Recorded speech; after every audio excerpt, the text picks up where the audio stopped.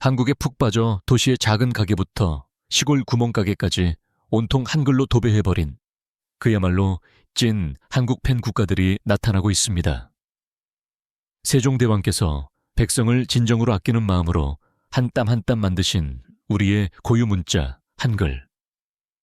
이 문자가 전 세계적인 찬사를 받는 이유에 대해 우리는 너무나 잘 알고 있습니다.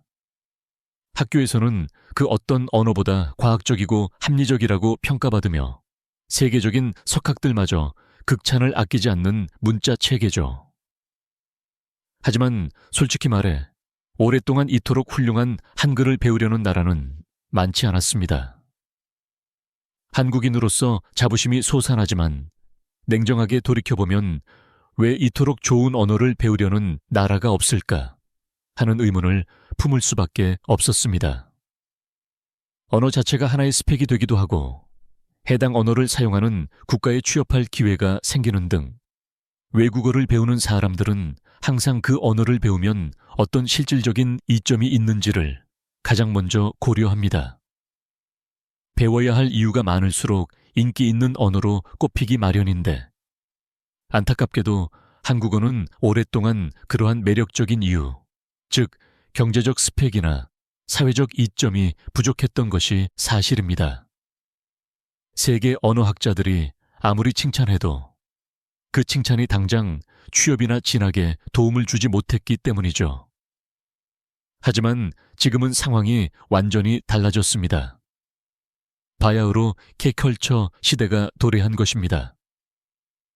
넷플릭스 오리지널 시리즈인 오징어 게임이 전 세계를 강타했고 방탄소년단과 블랙핑크 같은 아이돌 그룹이 지구촌 젊은이들의 심장을 사로잡았으며 한국 드라마와 영화는 이제 주류 콘텐츠의 중심에 섰습니다. 한류가 메가 히트를 치면서 그저 과학적인 문자였던 한글과 한국어는 이제 배울 만한 이유가 넘쳐나는 언어가 되었습니다. 좋아하는 아이돌의 노래, 가사를 직접 이해하고 싶어서, 한국 콘텐츠를 자막 없이 오롯이 느끼고 싶어서, 혹은 한국이라는 나라 자체에 대한 막연한 동경과 호기심 때문에 전 세계 젊은이들이 너도 나도 한국어 서적을 펼치기 시작했습니다. 이 변화의 속도는 경이롭습니다. 가까운 일본만 보더라도 최근 유명 대형 서점에서 판매 중인 어학 서적 중 한국어 학습서의 비율이 12%로 일본의 거대한 어학 시장에서 전통적인 강자인 영어를 제외하고 압도적인 2위를 차지하는 기염을 토하고 있습니다. 영미권에서의 변화는 더욱 극적입니다.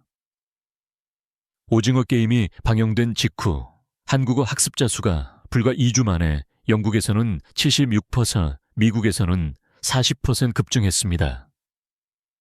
베트남에서는 급증하는 한국어 수요에 맞춰 지상파 TV에서 정규 한국어 강좌를 신규 편성하는 상황에 이르렀으며 전 세계적으로 5억 명이 넘는 사용자를 보유한 언어 학습 앱인 듀오링고에서는 한국어가 작년 최다 학습 언어 7위에 오르는 놀라운 소식을 전하기도 했습니다. 정말 한국의 인기가 예전과 비교할 수 없을 정도로 폭발적으로 높아졌으며 그 위상 역시 크게 올라갔음을 우리는 수많은 데이터를 통해 실감할 수 있습니다. 그런데 이렇게 한국의 인기가 단순히 한국어를 배우는 데 그치지 않고 한국도 아닌데 한글로 도배되는 신기한 현상으로까지 번지고 있습니다. 특히 이 현상은 대도시의 백화점에서만 보이는 것이 아니라 지방의 작은 시골 구멍가게까지 침투하여 온통 한글 간판과 포장지로 뒤덮이는 형태로 나타나고 있다고 합니다. 세계의 지붕이라 불리는 히말라야가 있는 나라, 네팔을 한번 살펴보겠습니다. 이곳에 가면 아주 신기한 풍경을 볼 수 있습니다.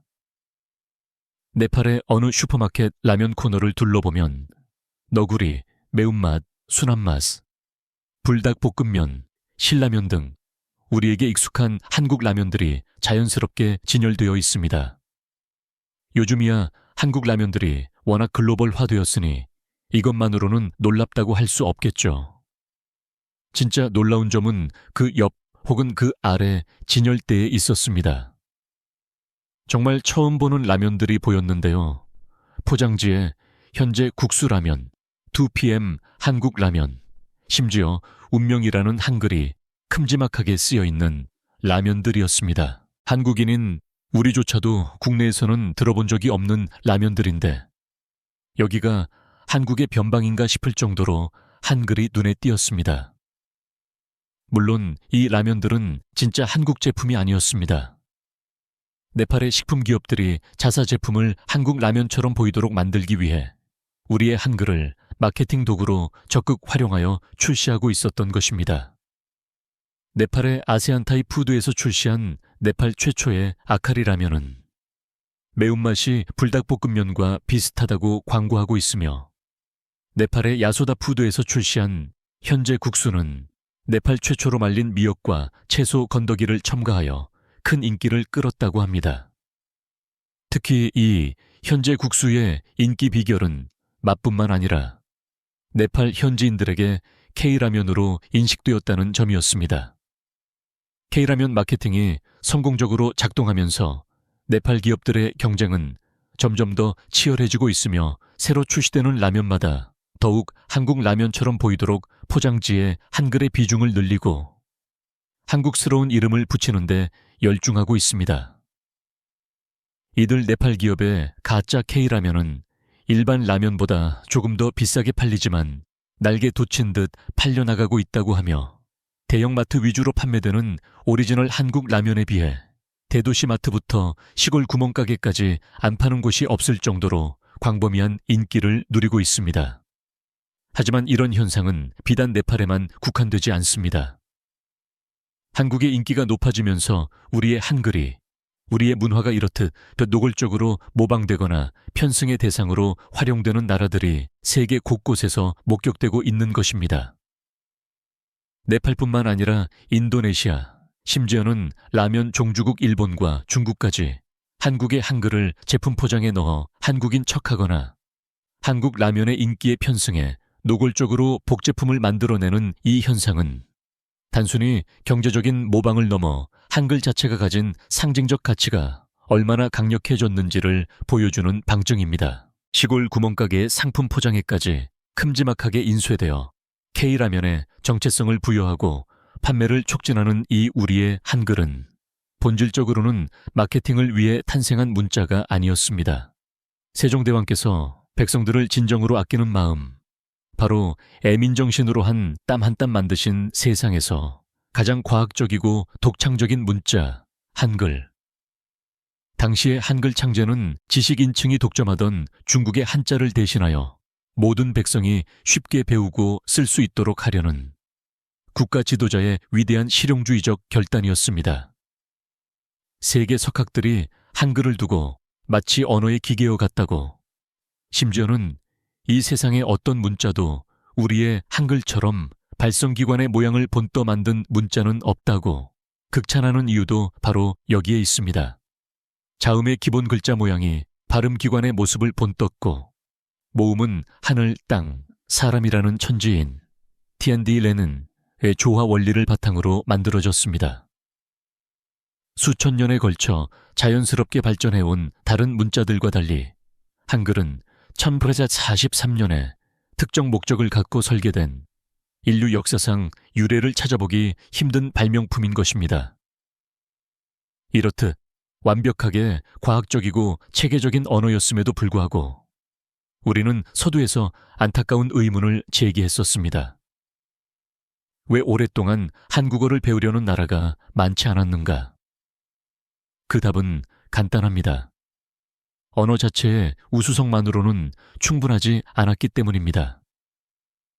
사람들은 외국어를 배울 때 그 언어가 제공하는 이점, 즉 그 언어를 통해 얻을 수 있는 문화적 매력이나 경제적 스펙을 최우선으로 고려합니다. 안타깝게도 지난 수십 년간 한국어는 그러한 매력적인 이유가 부족했습니다. 하지만 이제는 상황이 완전히 역전되었습니다.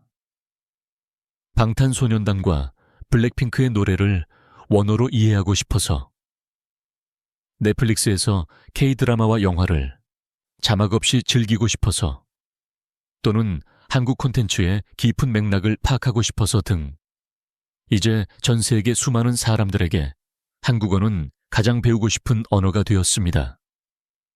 기박, K-드라마라는 문화적 거대 자석이 한글 학습에 강력한 동기를 제공한 것입니다. 그리고 이 문화적 파급력은 우리가 이야기의 핵심 소재로 다루었던 라면 수출 실적에서도 극명하게 드러납니다.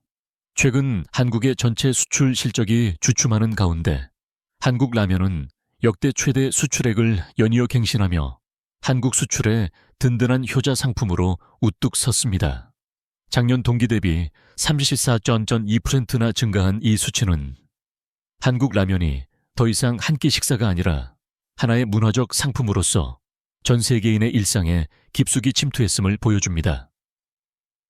캐나다의 한국 라면 수출이 1년 만에 94%나 증가했다는 사실, 그리고 필리핀이나 네덜란드 같은 나라들이 불과 몇 년 만에 주요 수입국 상위권으로 치고 올라왔다는 사실은 세계가 한국의 매력에 얼마나 빠르게 그리고 깊이 빠져들고 있는지를 입증합니다. 한때는 배우려는 이유가 부족했던 언어에서 이제는 가장 배우고 싶은 언어 순위 7위에 당당히 이름을 올린 한국어, 반짝 인기로 그칠 것이라는 예상을 깨고 세계인의 입맛을 사로잡아버린 한국 라면, 그리고 넷플릭스 누적 시청 시간 탑 800에서 전체 2위를 차지한 압도적인 한국 콘텐츠들. 이 모든 현상은 한국이 더 이상 주변부가 아닌 세계 문화의 중심부로 이동했음을 의미합니다. 이제 전 세계는 한국 문화의 깊은 매력에 매료되어 그 매력을 상징하는 우리의 자랑스러운 한글을 기꺼이 소비하고 모방하고 싶어 합니다. 세종대왕의 깊은 애민정신으로 창제된 우리의 한글이 600년이 지난 지금 한류라는 놀라운 파도를 타고 전 세계인의 삶 속에 깊이 뿌리 내리는 모습을 보니 가슴이 벅차오릅니다. 지금 같은 흐름이 계속 이어져 시골 구멍가게까지 한글 간판이 걸리는 명실상부한 찐 한국 팬 국가들이 더 많아지기를 응원하며 재미주의는 다음에도 더욱 흥미로운 이야기로 돌아오겠습니다. 지금까지 재미주의였습니다.